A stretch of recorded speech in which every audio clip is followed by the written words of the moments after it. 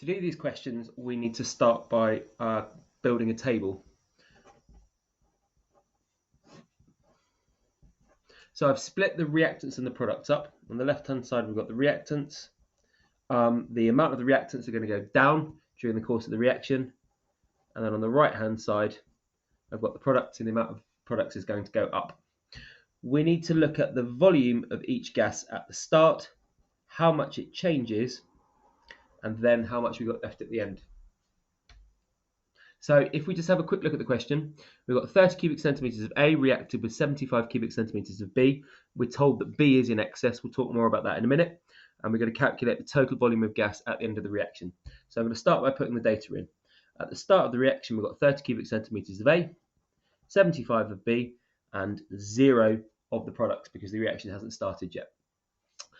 The reactant that isn't in excess, which is A, is the one that we're going to start with. So at the end of the reaction, we're going to have none of this left, which means that A is going to have gone down by 30 cubic centimetres.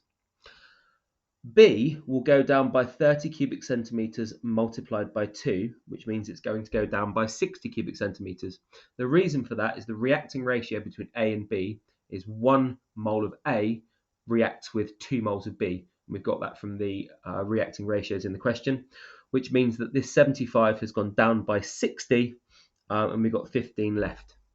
In the products are going to go up by the amount that the limiting reactant went down. So A and C react with each other in a 1-to-1 ratio because there's no balancing numbers in front of them. So this is going to go up by 30, and D is going to go up by 30 multiplied by 3, which means it's going to go up by 90 cubic centimetres.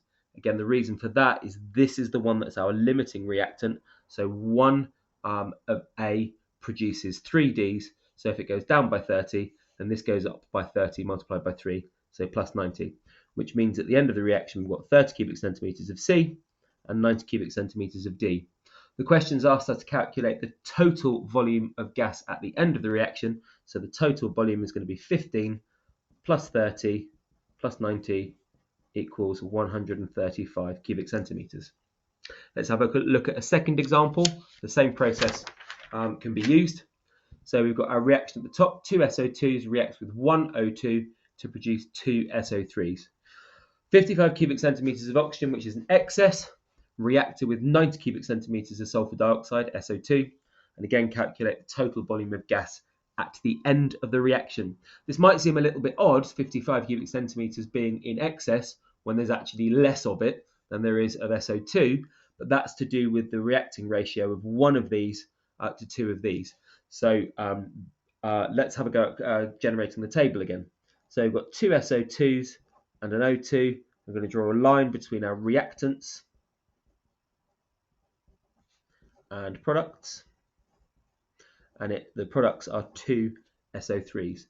So we look at the moles we've got, or the volume we've got at the start, the change, and the volume at the end of the reaction.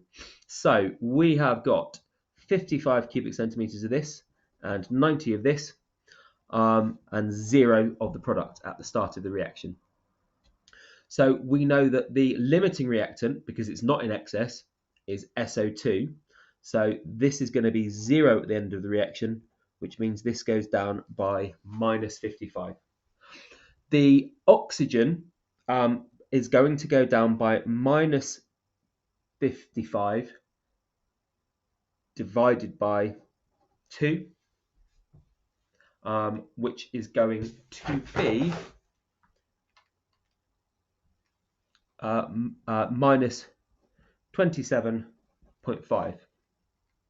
So the amount of O2 at the end of it is 62.5.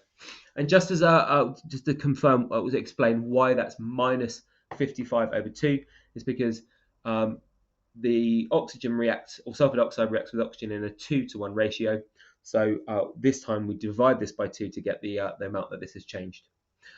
Back over to here, the sulfur dioxide and sulfur trioxide are a 2-to-2, or therefore 1-to-1 ratio. So if this has gone down by 55, this will go up by 55. And at the end of the reaction, we've got 55 cubic centimetres. Again, the questions ask the total volume of gas at the end of the reaction, which is going to be 62.5 plus 55 gives us 117.5 cubic centimetres.